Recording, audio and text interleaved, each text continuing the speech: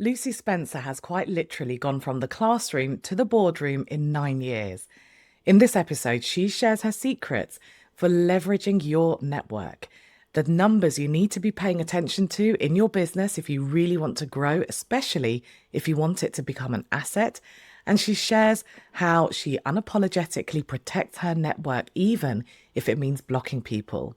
In 9 years, Lucy has gone from being an independent tutor to hiring tutors to building that to such an asset that part of it was acquired very recently. So get comfortable and enjoy. Welcome to the Upgrade Your Education Business podcast. I'm your host, Sumantha, and I'm so pleased you're here. As an education business owner myself and a former teacher, I understand the nuances that only apply to us.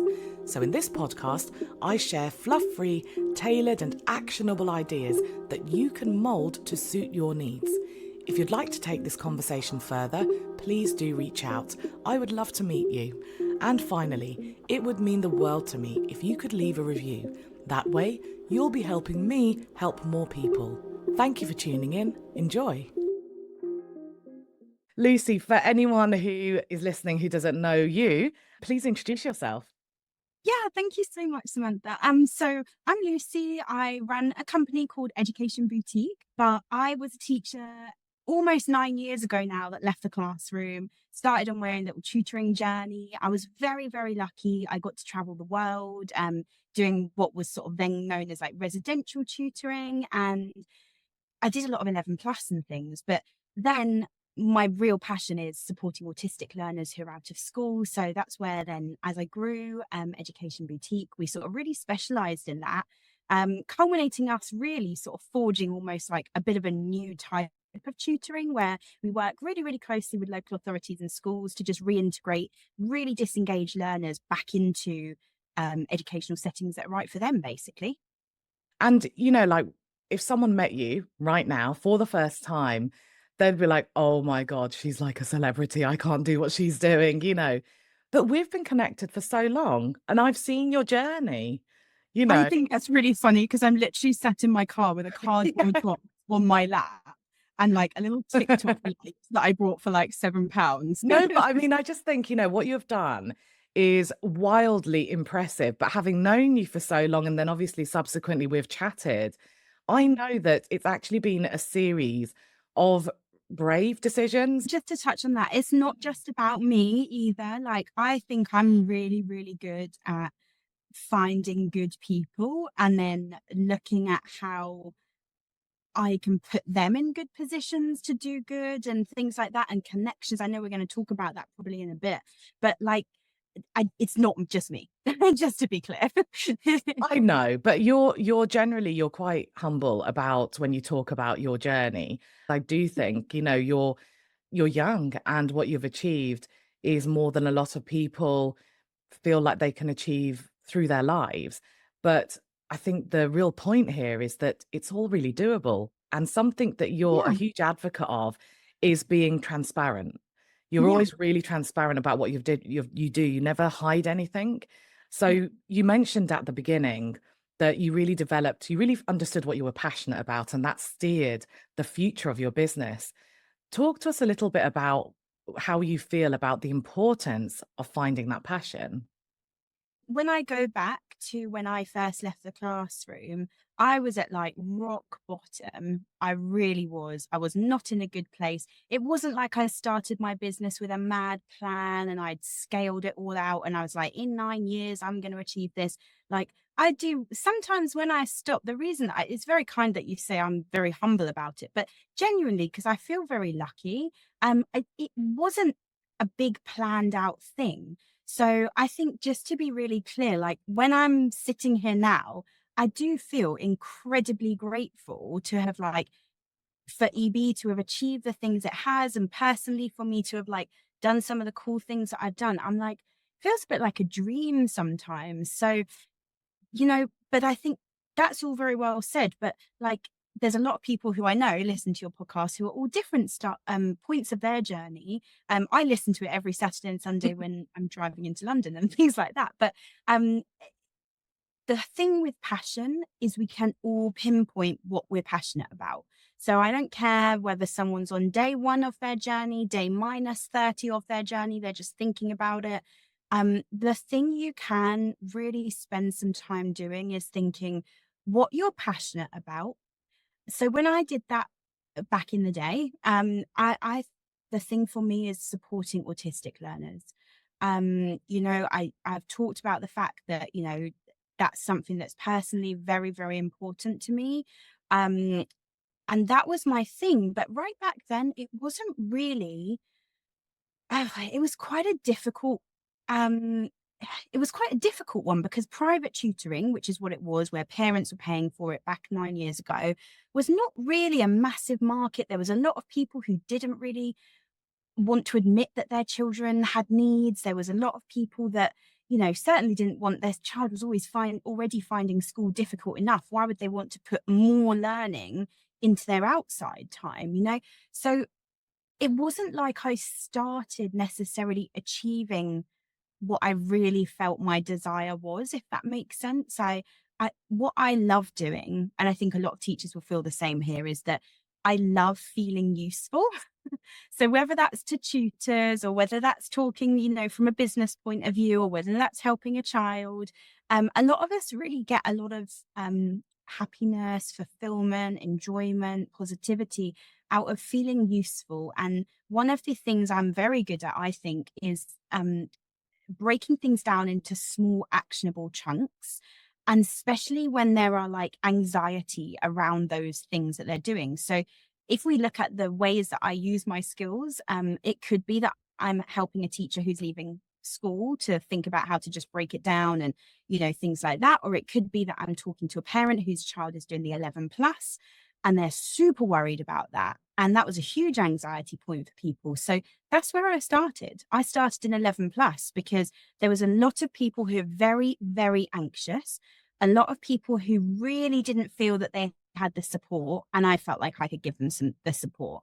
So I started, hiring a room, doing like an 11 plus group in Langley and Slough, because that's where I taught before I left teaching. And that's basically where I started, was just going around people's homes, working all day, every day, Saturday, Sunday, didn't matter what day it was.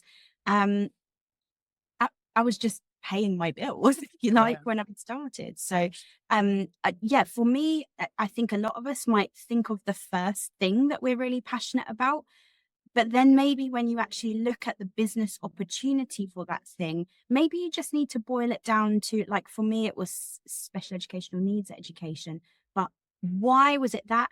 It's because there's a lot of people that have anxiety, need support. But then there are actually other areas of education where that's still a problem. So that's what I did, like, at the beginning. I think you've been incredibly honest with that line when you said, "I like to feel useful," you I know? do. I think Yeah, a lot of us do, right? I think yeah, I mean, I think there was some NHS survey, and it was something about it was about well-being, and I think the top thing that came up was that the people who struggled, who felt were the people who felt like they didn't have a purpose. Yeah, So I think, exactly. yeah, that sense of purpose, I think, is fundamental. I think it's really Yeah. core. And something you also said was that the passion you perhaps started with, you thought of other ways it could map, the other opportunities it could bring. And I like that because I think sometimes, you always hear about decide on your why. I think we Mhm. have to give ourselves permission for that why to change and evolve over time. Yeah, and actually, I think something you just said there, just to be clear, I didn't my beginning of my journey was not like this lovely process where I thought like, "Oh, what's my why?" Like, let me just think about this. It was literally like desperation. Like, I Yeah. have to pay my bills Yeah. and I have to make this work within 2 months. Otherwise, month 3, I'm going to need to get a job back in a school again. And I've just broken doing that. So that it wasn't a nice process, just in case anyone thinking, like, listening to this was like, oh, I'm in a bit more of a tumultuous kind of situation. I Yeah. feel like that's where I was as well. Like, it really was desperation. I was just like, what can my why be? And what will I be good at? Yeah. Like that, Yeah. it wasn't so nice as maybe it is now when I think of new things. Yeah. I mean, you're coming up to 9 years, I'm coming up to 8. I was a year after you Yeah. leaving the classroom. And I think when we both left, 2 things were really prevalent. There weren't there wasn't as much presence with tutors, say digitally, and as much awareness and development opportunities, and there wasn't much support out there. So No, this whole "What's your why?" I hadn't even heard of it. no, exactly. Yeah, Whereas, I mean, you know, COVID was massive for that, wasn't yeah, it? Because I yeah, remember at the beginning of COVID, I'd been teaching online for ages because I work with a lot of the international communities. And I just remember everyone be like, how do we tutor online? And I yeah, was like, oh, let's just do some webinars then, guys. Like, I'll show you how to do it kind of thing. And there was a lot of us doing that, wasn't there? Like just skill swapping and sharing. And I think that was a really nice point of my journey, definitely, where I realized that rather than before, maybe tutoring had seemed quite like lonely, isolated, things like that. I really felt that during COVID, that's how we got connected, wasn't yeah. it? Really? Like during COVID. And I think that's a bit of a testament to the online community as well, because we live down the road, but we've known each other for so long. Maybe it's a bit lazy, or maybe we're just a bit too busy sometimes to actually get, meet up and things like that. But actually, you can make such amazing connections via the internet now. And with, whether you're online chatting, whether you're going to events, online events, it's just amazing what's now out there. And it wasn't back then. So I feel like it's like a shift in the industry. Completely. I think that, when I speak to people who are just leaving or thinking of leaving, the very fact that they've booked a call to speak to me is massive progress. I wish I had that. Me too. Me I'm too. not And saying I'm lucky. I'm not saying it like as in we had it hard or anything like no, that. it was I'm just different. saying like I would have bitten someone's arm off. I mean, I Yeah. did have some support, like a lovely, amazing lady called Emma Swanson was wonderful when I left. And I very quickly found the Tutors Association, and that really, Adam, I had a coffee with him and things like that. And Adam Muckle, and just people like that just reached out, and I felt like, wow, that's why I've always been a bit involved with the Tutors Association, because they really were the only thing there for me at the beginning. Yeah. Really, when I Yeah. started. Yeah. Yeah, really similar experience to you, not with the TTA, because I discovered them actually during COVID. I think I Yeah. discovered them because I was like, oh, hang on, I haven't got a DBS. Hadn't even thought Yeah. about it. And then I Googled it and it was the Tutors Association. So that's how I came across them. But my experience of COVID and the communities was very similar to you. I felt Mm, so lonely before yeah. then. And, you've talked a bit, you've mentioned some names. Something I know that is really core to what you do that I think that I definitely underestimated at the beginning of my journey, but I now completely appreciate it, is the power of two things: connecting with people and Mhm. also investing, whether it's time and or money, investing Yeah. in support. And I know Yeah. they've been really crucial to your growth. I have to say they've been crucial to mine as well. I wish I'd Yeah. done it sooner. Yeah, I mean, I know because I listen to your podcast all the time, and I know that you like everyone to give very actionable advice about what they can do. But this is quite a sort of fluffy, if you like, not fluffy, but quite a big topic to Yeah. talk about. So if someone listened to this was like, what can I take away from this conversation? I would say this would be literally it, is connections. And I don't want this to sound like, because people might then go, oh, is she only connecting with me and talking to me because she wants to further her business? No, of course not. But if you are sitting there at the beginning of your journey, in the middle of your journey, or whatever point, near the end of your journey, maybe you're thinking about how you're going to retire, it doesn't matter. If you want to put your company through, or your business, or start your business through a little period of growth, the first thing you should do is look at who you're connected to, who who they know, like just speaking to people, not about your business. No one really cares about what you do necessarily. But what they do care about is everyone has the same problem in business. They feel a little bit lonely, they feel a little bit isolated. So if you just start with that, connecting with someone today and not going in with like a sales pitch, that's not connection. You will soon find that people turn off from you if you go in with that. I'm talking about connecting with someone on a like nicer, deeper kind of level. If you ask someone a really poignant question, I think personally questioning as educators is something that we're very, very strong at. Um, that is what you need for connections to be a good connector like person. Because actually, if you go out and you just say to someone, like if I say to you, Sam, like, what are you focusing on at the moment in your business? And like, who can I help introduce you to? You're going to start thinking about your business in a different way. And I'm seen as like a positive little like sales ally, if you like, to your business, Yeah. rather than seeing me as like, oh, Sam, can I tell you about what I do? Because actually that's what I care about. And it's just not a good basis for a connection. So I go to loads of networking events, conferences, like whatever. They do take a lot out of me because it is a forced thing. I'm not a natural. I know probably I come across as very chatty, very bubbly, but I'm not naturally. I'm quite. I'd like just going home and chilling with the dogs kind of thing.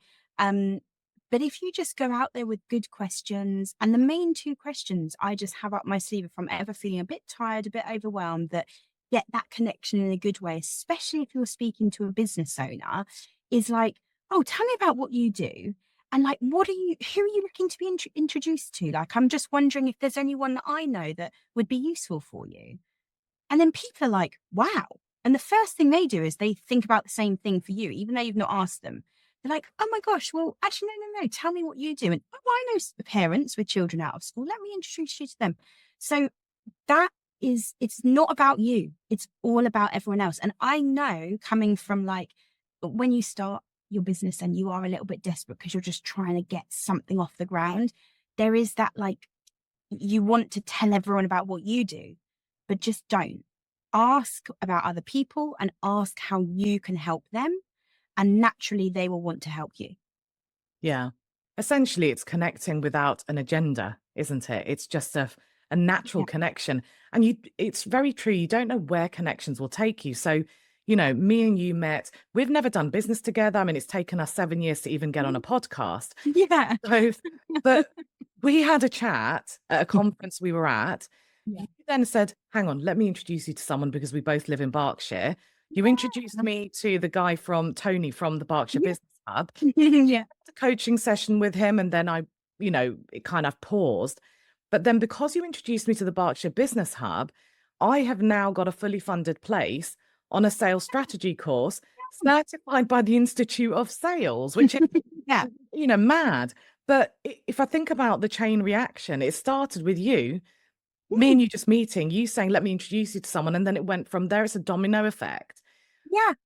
Exactly. And I didn't do that because I was like, oh, I really hope that Sam refers someone to me. But I'm sure in the future, if you ever hear of someone who's struggling with a child out of school, because I've planted that seed in your brain and everyone's brain, hopefully, of what I do, then you would be like, I would be the first person on Yeah. your passing on kind of list, Yeah. And anyway, it's not about that so much for me, especially now, because for me now, every day I'm just like, wow, we've achieved more than I ever even thought would be possible. Of course, I always want more. Everyone always wants more, but I'm super happy with right now. So I think that's a wonderful place to be because then you can really start to like innovate, like without pressure. Yeah. I just don't feel stressed by any of them because I'm just like, if I had told myself like 9 years ago that I would be sitting with my little cardboard box here in my little car, I would have been like, yeah, I'll take that. So I just think, it's fun. It's Yeah. fun. And that's the point. You're trying to grow until it becomes fun, you Yeah. know? Yeah. And although this is a businessy kind of podcast, I also know that you work really hard at having really positive and healthy routines, which helps with your mindset and how you feel. Mm. You're really disciplined about waking up early, doing something for yourself. Like I remember you talking about sound baths and, Yeah. everything's really interlinked. This isn't just, oh, I achieved this because I went to networking events. It's a combination and a culmination of so many different things where you've really focused on what do I need to do, firstly, to condition myself to make sure I'm Yeah. in a really good place. Definitely. Recently, I have gone through quite a lot of changes in my life, and I've felt points where my brain has maybe been getting a bit too stressed. And I'm like, Lucy, what do you have to be stressed about? Come on, like, sort yourself out. And so, what I have done, like you said, is set routines. I think all of our brains, no matter whether you're neurotypical, neurodiverse, everyone's brain deals well with a bit of structure and routine. So at periods where you feel that stress, I think leaning into bits of routine, so for me, as you said, sound baths, I have my little Shakti mat. I love that. I love walking the dogs. I just try and give myself, even if it's little 15, 20-minute bursts of those things 3 times a day, I always wake up in the morning, have my coffee, kind of think about the day, look through emails so I don't have to go into a busy email. I can just go in, start the day and be with the team and things. So, yeah, I'm not saying you need to get up at 5 o'clock and, drink cucumber water and things like that, but it's just finding your own little routine, isn't it, really? It is cucumber water. I heard that the other day. I was listening to a podcast and someone was like, if you drink cucumber water in the morning, your brain is going to be so much more focused and your business is going to grow. I'm like, oh God. Who knew it was all about, we could have just done an episode about cucumber water. Exactly. Now, something I think that you do really well, and what I like about how you do this is you do it discreetly but really effectively, is how you strategically position yourself. You Mm, know, there is an element of, I'm going to speak to people without agenda, I'm about forming relationships, but there's an element where you have your business hat on and you think, this is what I want to be known for. So how do I position myself as that person who gets known for that? And I mm, think that's something that tutors really struggle with because something I often talk about is I'm an English tutor. That is mm, not unique, even remotely. It doesn't stand out. But what stands out is the fact that the way I connect with people will always be different to other people because I'm me and they're them, and vice versa. When you're thinking about, whether it was in the early days, whether it's now, whether it's in between, when you're thinking about how to best position yourself, mm. what's your advice to being really Mm. strategic about that? Yeah, it's a really, really good question. I agree. I do think it's something that I'm very focused on. Whether I'm good at it, I mean, I think I've been okay at it, but I think it's something I'm always incredibly focused on because let's be honest, when you start your business on day one, your business name or your business is you, right? So for at least the first couple of years, you are the way that people are going to learn about who represents your business. And if you're a tutor that's named your business your name, that's almost easier for you, which is a good idea, initially. But for those of you that have chosen like a business name, there's a lot of focus on like, oh, I need to build my brand. I need to do this.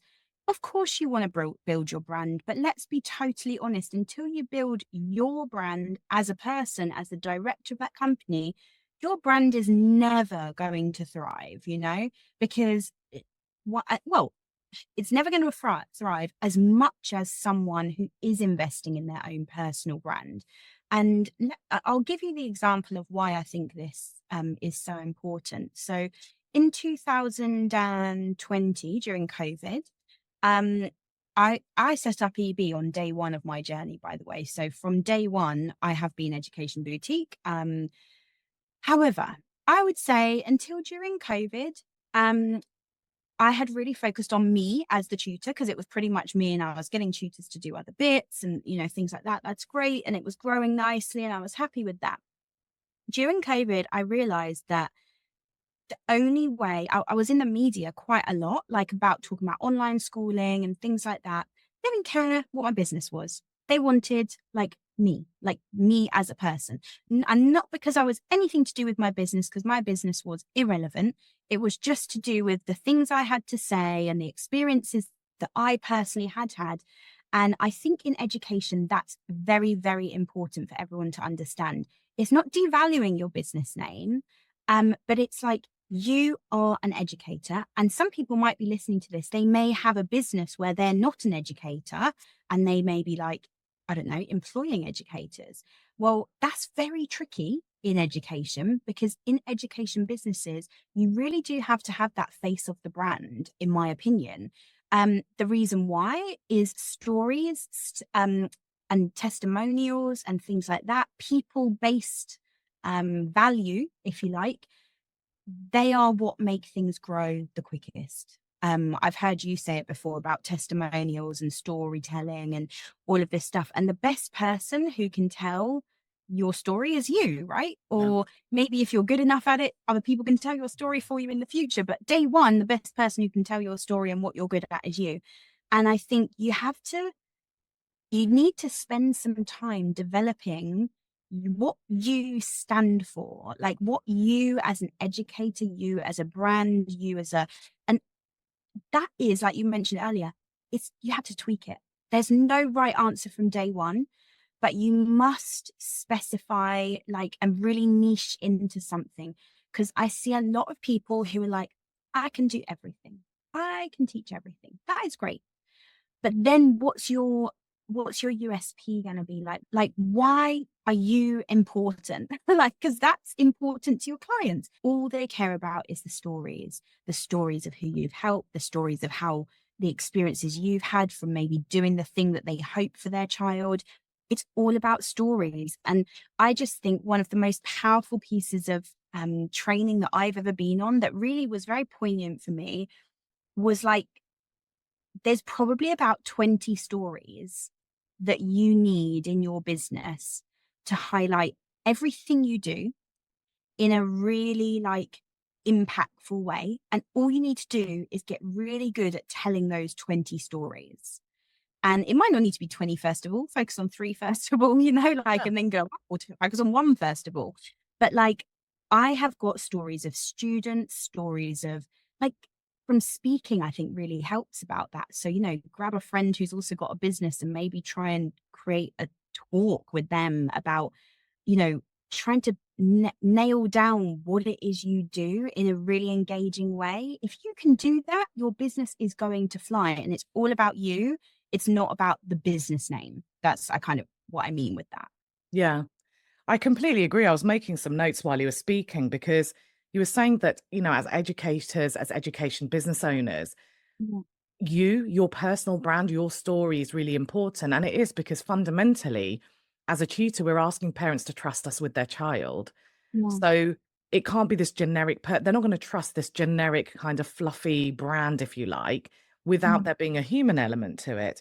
And what you were saying about the training you went on about the 20 stories, it reminded me of some training I went on. And there was this beautiful phrase where they said, write your story and just pick the 10% that's important.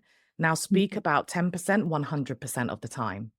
And I Yeah. think that really helps people when they're like, oh, but I'm a really private person. Oh, I don't want to feel like I'm showing off. It's not showing off.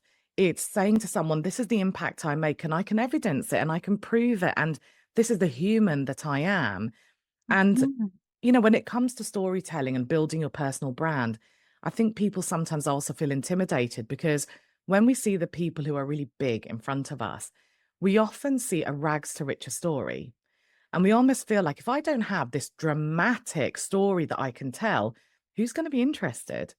But all I would say to that is that's because people are reading the stories that are at chapter 20. So they too, on day one of my business, my story was hey, I'm a teacher, I Yeah. quit. And then the next day it was hey, I'm a teacher and I've got my first client today. And then day 5 or 20, it was oh my God, I'm a teacher. I left my classroom a month ago and I'm already fully booked for tutoring. Yeah. And so, yes, of course, if you read the end chapter or a later chapter in someone else's story, but like you mentioned about mindset, about business growth and scaling and things like that, if you care genuinely enough about what other people are doing to let it impact you, that is the first thing you've got to change. Because, you should see what other people are doing and be well done, good for you guys. I'm so happy when I see other people succeeding in the industry. I think that's one thing I really love about the tutoring industry at the moment. We're really collaborative and we're Yeah. genuinely, there's cheerleaders going, well done, look at this amazing example of someone in our industry that's absolutely killing it, kind of thing. So if you are someone who looks at everyone else, and let's be honest, social media have a lot to play in this feeling. It's very lovely to put up photos, be oh, look at me, I won an award, I've done this. But like, just remember they're chapter 14 and you're chapter 1 at the moment. So maybe compare when you get to chapter 14, or go, oh, by the time I get there, I'd like to do that as well. Yeah. Write it down and be like, that's something that I was impressed by, rather than it like then make you feel lesser about yourself. Journal it, write it down and be like, that is something that I want to achieve because I saw that and I was a bit jealous, to be honest with you. And then go and work out how you can do it, Yeah. like that's the Yeah. main thing. Yeah, it's really true. So, I remember seeing all these people online and about how they were just selling stuff. They'd launch it and they would sell. And I thought, how can I get there? And they were so far ahead, much further ahead than me, but I was still comparing myself to them. But then this year, I had an idea for the book club, and within a week, I actually launched it and it actually sold straight Yeah. away. Yeah. And I realized that that happened after 7 years. It Yeah. wasn't something that happened on day one. It took Yeah. 7 years of me being consistent with making connections, being online, having things like the podcast. I mean, that's not 7 years old, but still, all of these different things of being really consistent to get to that point. And I think that what you're saying about that comparison and seeing other people through a different lens, especially in this online world, I Mm. think that is so crucial. I think that's actually one of the most important business principles nowadays where social media is so prevalent. Yeah, I agree. And I just think that like your experience as well, possibly just like you already knew that you just picked up on it. You said you did a poll and then you quickly launched it. So you just probably picked up on a feeling about the people that you know and the what people want. And you just did it. You were brave. And then you've got the consistency. You've been there plugging away, doing all the stuff that you're meant to be doing for the last 7 years, and it worked. And I think that's super important, like that when people feel that overwhelmed, because of course it's going to happen, Yeah. and you lean into that. You sort of think, well, good for them. Like that shows you what like consistency can be. And you do have to remember at the end of the day that some business can be a bit smoke and mirrors as well. So there is also that whole thing of it does nothing should reflect on you personally. If it's making you feel bad, maybe consider removing stuff, or maybe consider taking a social media break. You've got to think about getting yourself in the optimum condition for success. So if something is stressing you, if someone is stressing you, block them, like Yeah, don't yeah. have them in your circle. Because that's the problem with social media, is that they always say like you're like the product of the like, the people that you hang around with. And now we all have this like sort of bigger circle of online people that we hang around with or we Yeah. watch, we see. And I'm a big believer in like you've got to be very, very strategic with that group of Yeah. people as well. So if people aren't serving you on that online space, remove them. Totally agree. I totally agree. And, we're kind of coming towards the end of this episode. And I think that just at this point, something I want to name is that people might have been listening to this thinking, oh, I hope Lucy tells me how she did what she did. I hope she tells me how she went from, tutoring in a room in Langley to having this huge I'm calling it an agency for argument's sake. Like, I'm sorry, I know that legislative Education business.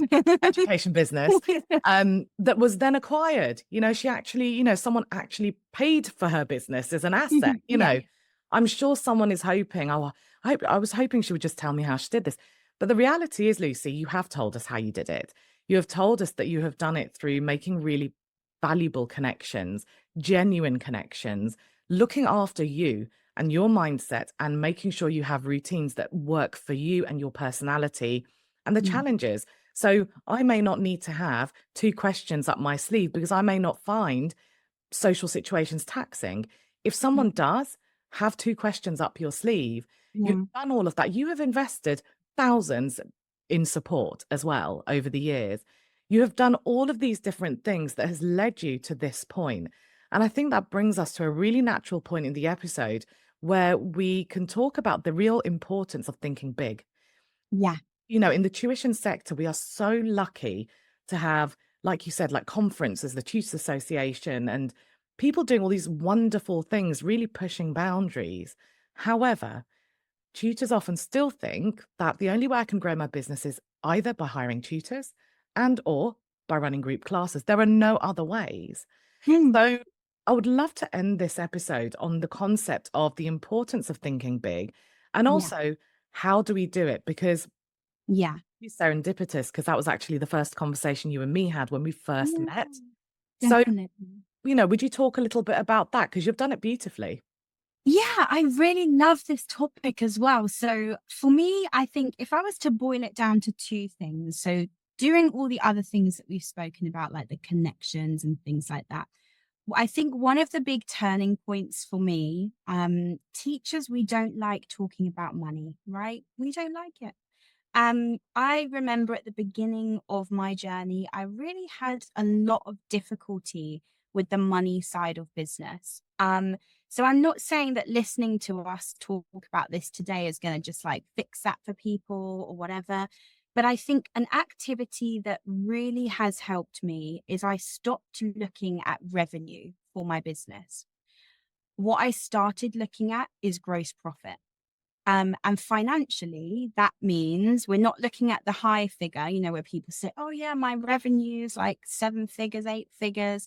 That's lovely. But no offense, you could be an 8-figure business with a gross profit margin of 10%, and then you're like making under 5 figures, So Yeah.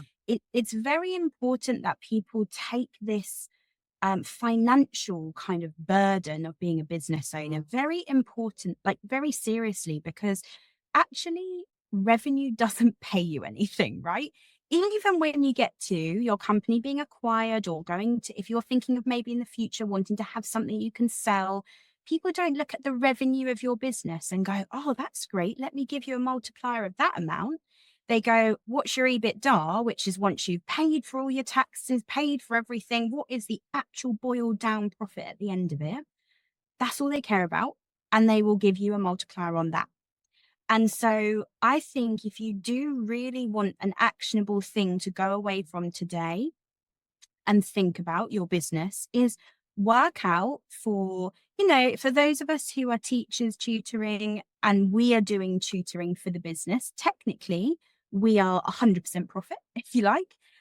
So if I did an hour of tutoring for EB, that is all profit for the business because I'm not going to pay myself anything from that. It just goes into it. But for any tutor that's working for EB, I need to know what we're actually making in profit from that. And that's the number I need to scale, of, okay, if we're doing 100 hours and we make this, if we can do 1,000,000 hours, we're going to make this. So then how do we get there? And that's the difference. We were actually talking about this the other day, weren't we? The difference Yeah. between growth and scaling. Lots of people listening to this will be possibly conflicting those terms sometimes and thinking, oh, I want to scale my business. But no, you probably actually need to grow first until the point you're scaling. I'll give you an example. Right now, in my business, I've got a consultant that runs an area. So, for example, I literally had someone start yesterday who's my Surrey consultant. So I know that it's like a rinse and repeat method. So they come in, they do their business outreach in that area. We look at their connections and the connections for any schools and trusts that we're already working with.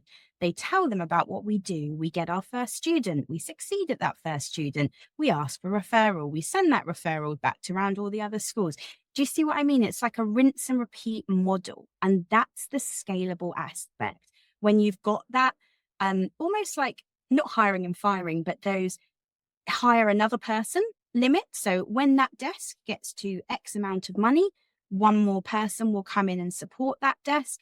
If that desk ever drops, we need to just work on a little bit of, okay, how can I maybe get involved and work with that consultant to push that area? How is it maybe that we need to give them another area to bolster their, so that they've got the offering at the right amount of money coming in for the desk to pay their salary as well, because that's a big thing, isn't it? Yeah. Knowing you've got to pay someone's salary, national insurance, all of that stuff, you almost have to times a salary by 3 to know that you're making profit from the person that's doing that work for you and filling those jobs. So that all sounds very financial. I do appreciate that, but that's scaling. So growth is different. And I think that when you look at boiling down your business to something that in the future someone's going to want to pay money for, you've firstly got to work out how you'd extract yourself. And secondly, you've got to work out and have those financials absolutely ready to go with what is the profitable like revenue, if you like, the gross profit, because that's what businesses care about. So that is one of the big things in terms of thinking financially about your business that's very important to allow you to think big and to allow you to put yourself into those situations where you are going bigger and scaling rather than just growing. Yeah. And something interesting we spoke about, can't remember when it was now, but I remember we were both saying, something we're quite focused on is the impact we want to make. And when you're Mm. trying to generate those ideas in the first place, because, let's say that your aim isn't to build your business into an asset that you could sell. Maybe it's something that you just want to grow rather than scale and it sees you through to retirement. Let's just say, Mhm. hypothetically, Yeah. you can still apply these scaling principles and it boils down to a lot of like the impact you want to make and the different ways you could potentially make that. And some of them might include you being able to remove yourself a bit from the business, for instance. So I wonder what your thoughts are around generating those ideas for someone who perhaps is going down a more great growth track rather than a scale track. How could Mhm. they explore ideas to grow? I think what you've said there is very important to me because you have two profiles, almost two faces of your business. And it's very important that everyone understands this because you have your financial facing part of your business.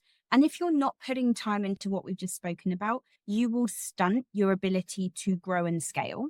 And then you have your impact focus, like your Yeah. impact face to your business. So you need to always work on both. You must work on both because without one, the other one doesn't work. If you have a business that's making amazing impact, but is just eating money and is not making and generating money, or at least washing its face, it's going to stop making impact because it's going to go under. Yeah. So they're vastly, conjoined. You can't have, likewise, you don't want to have a business that's just absolutely making loads of profit, but no impact. Like that's ridiculous.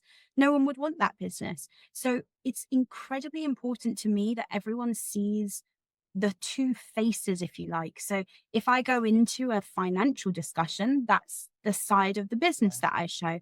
If I go into like more of a, sort of storytelling kind of situation, I show the impact side.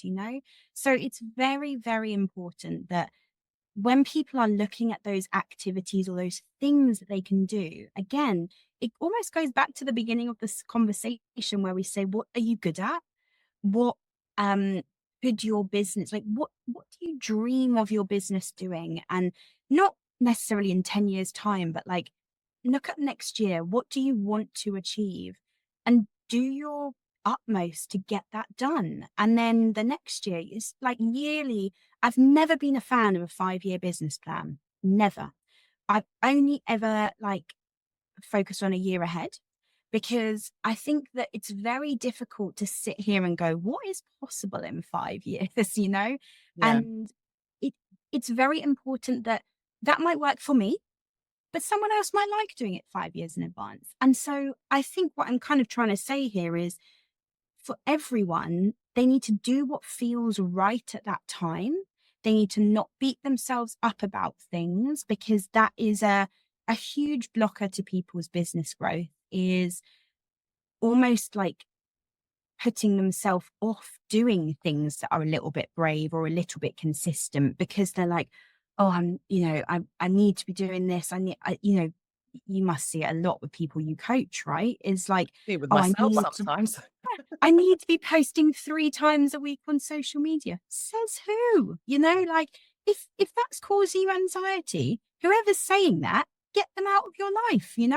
Um, but if you do feel that you can post on social media 3 times a week, I am certain it will probably help your business. Yeah. Don't deep it too much, kind of thing. So I think it's very important to I think of business like a bubble. Like I've got a bit of a bubble. Like I consider myself as a bubble in the sense that if things are negatively impacting the way I'm thinking, and everyone has to understand that they are the brain of their business, right? So they are the way it's going to grow, the way it's not going to grow.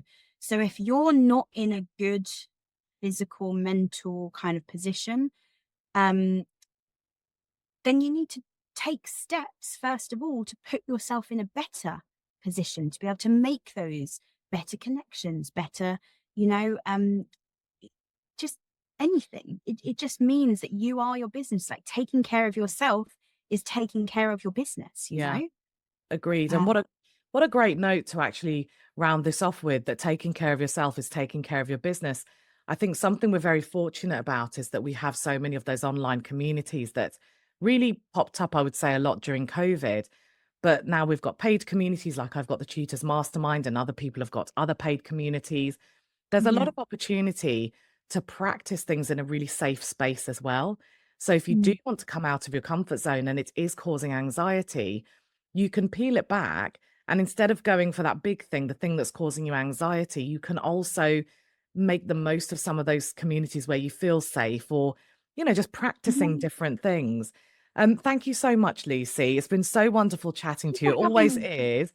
I know that because we were messaging each other about things we could talk about, but this is my favorite kind of conversation where we just meander and Yeah. we go deep with topics, Like which a I love.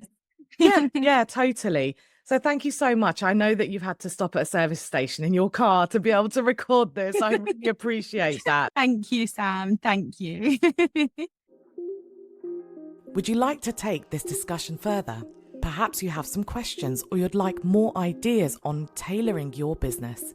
If so, book a free discovery call through the link in the show notes.